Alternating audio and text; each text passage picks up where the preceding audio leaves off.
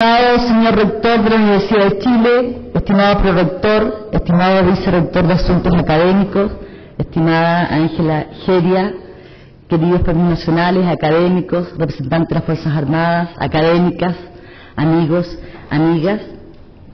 Agradezco la invitación para hablar en este aniversario número 165 de nuestra Casa de Estudios, ocasión en que los premios nacionales 2007 recibimos la distinción de nuestra universidad.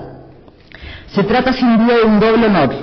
Por un lado, representar a destacados académicos de la talla de Manuel Antonio Garretón o Guillermo Núñez, de Gustavo Meza y Miguel Kiwi, y a la vez agradecer la medalla rectoral que la Universidad de Chile nos otorga.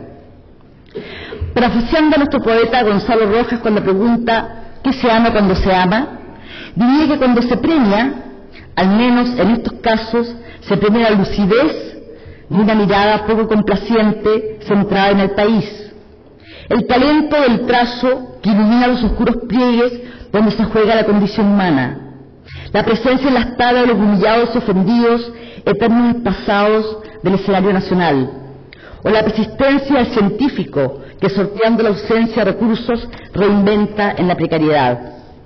En cada uno de ellos me reconozco. Es la esencia del periodismo que tiene como centro al ser humano y su quehacer. Eso es un lío en moscardón que marca el quehacer ético de una profesión que está al servicio del habitante y su esperanza, que no se rinde ante el poder, sino que lo fustiga a través de preguntas, no desde la banalidad y el espectáculo, sino desde el conocimiento, la responsabilidad y la búsqueda de la verdad, pero no de una, sino de todas las verdades. Es la palabra de los excluidos y marginados, de nuestros pueblos originarios, de nuestras mujeres y niños maltratados, de los jóvenes desplazados de futuro, del intelectual que piensa país y recrea realidades, del artista que imagina otros mundos. Son palabras pronunciadas en medio del silencio y que rompen la fascia. ¿Qué se premia cuando se premia?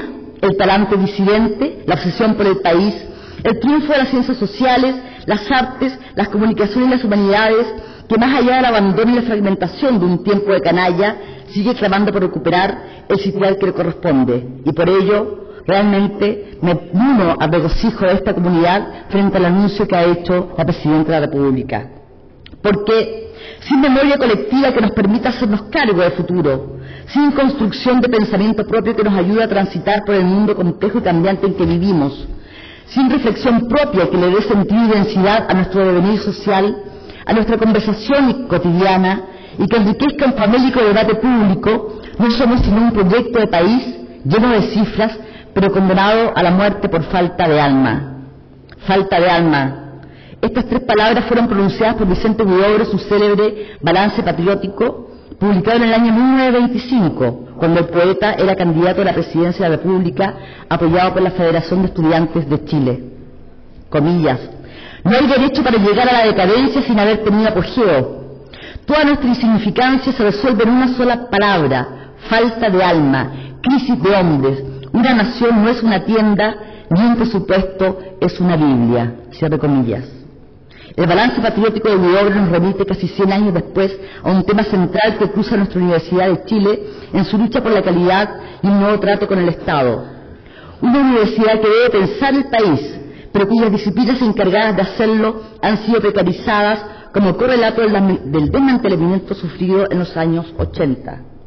Una universidad que en 165 años de existencia consolidó el concepto de nación y estructuró las bases sobre las que se levantó la República, pero que hoy fue abandonada, ha sido abandonada hasta hoy aparentemente a su suerte por un Estado que no se define ante el rol de la universidad pública.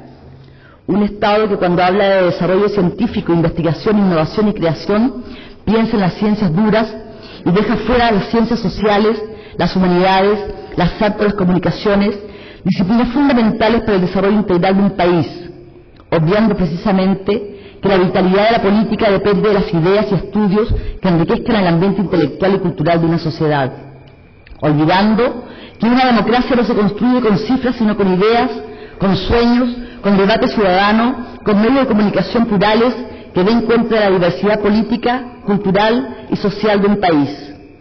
Ese estado ausente del futuro de su más importante universidad en materia de abandono de las ciencias sociales, las humanidades, las artes y las comunicaciones, tiene su correlato en nuestra propia casa de estudios que ha discriminado en la práctica a estas disciplinas. Basta comparar la estructura del campo Juan Gómez Millas, de donde provenimos todos los premios nacionales que hoy reconocemos, con otros campus, o analicemos los presupuestos directos que en las últimas décadas nuestra universidad otorga a unos por sobre los otros. Si la Universidad de Chile ha sido de su fundación el espejo donde se mira el país, podemos afirmar que vivimos la alarmante situación de que no solo el futuro de la educación superior, sino también el derecho a la información y el debate intelectual han sido entregados a la dinámica del mercado.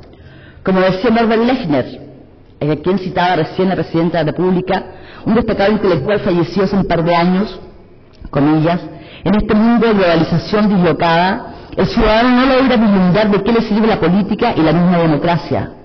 Sin embargo, la responsabilidad recae no solo en los políticos. Existe un déficit intelectual. Sabemos bien poco del clima ideológico actual en Chile, lo que termina por acentuar la impresión de incertidumbre que acompaña a la sociedad moderna. La realidad social aparece aún más ininteligible de lo normal cuando no nos aseguramos del instrumento mental que permitiría nombrarla, interpretarla y darle sentido. Qué duda cabe que el Estado a través de nuestra universidad puede contribuir a revertir este vacío y que en su interior le corresponde a la propia universidad terminar con el estigma de disciplinas que no son vistas como pares. En este contexto destaco y apoyo el compromiso del rector Víctor Pérez con la rehabilitación de las humanidades, las artes, las ciencias sociales y las comunicaciones en tanto un proyecto país que debe convocar a toda la universidad. Y en este marco resulta fundamental el campo de las comunicaciones como una disciplina de donde se puede pensar la sociedad.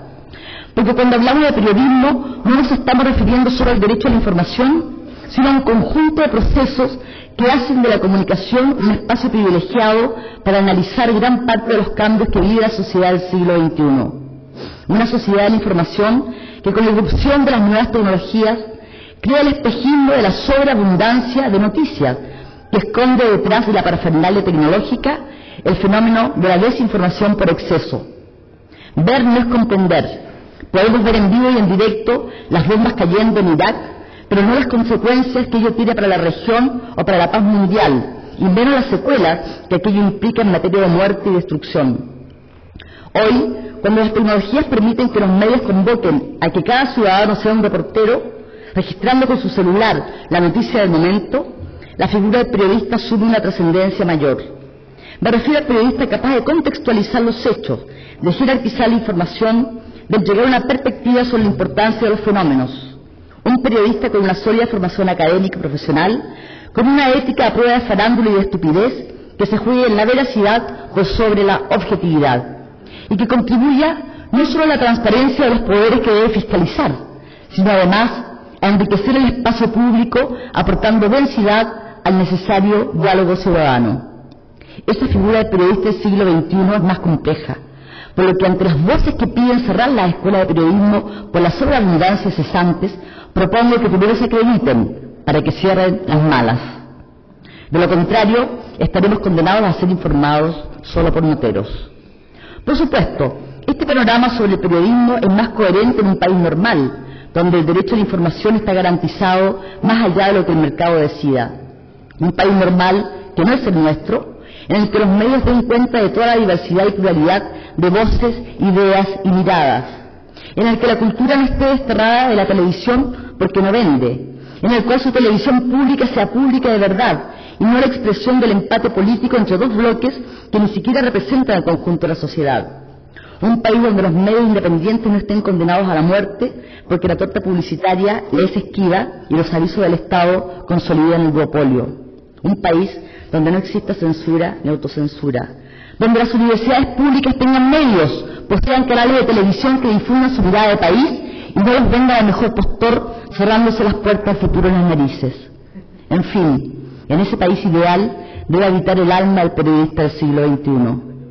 Yo soy solo una periodista de mi tiempo de avatares que muerden y duelen, pero que con mi generación, con aquellos que hoy llevan la medalla rectoral de los premios nacionales, no tengo duda que nos volveríamos a vivir, disputando de nuestras disciplinas, nuestras obras y nuestras cátedras el derecho a pensar, a criticar y a cambiar aquello que impide que el mundo sea más justo más humano y más vivible. Muchas gracias.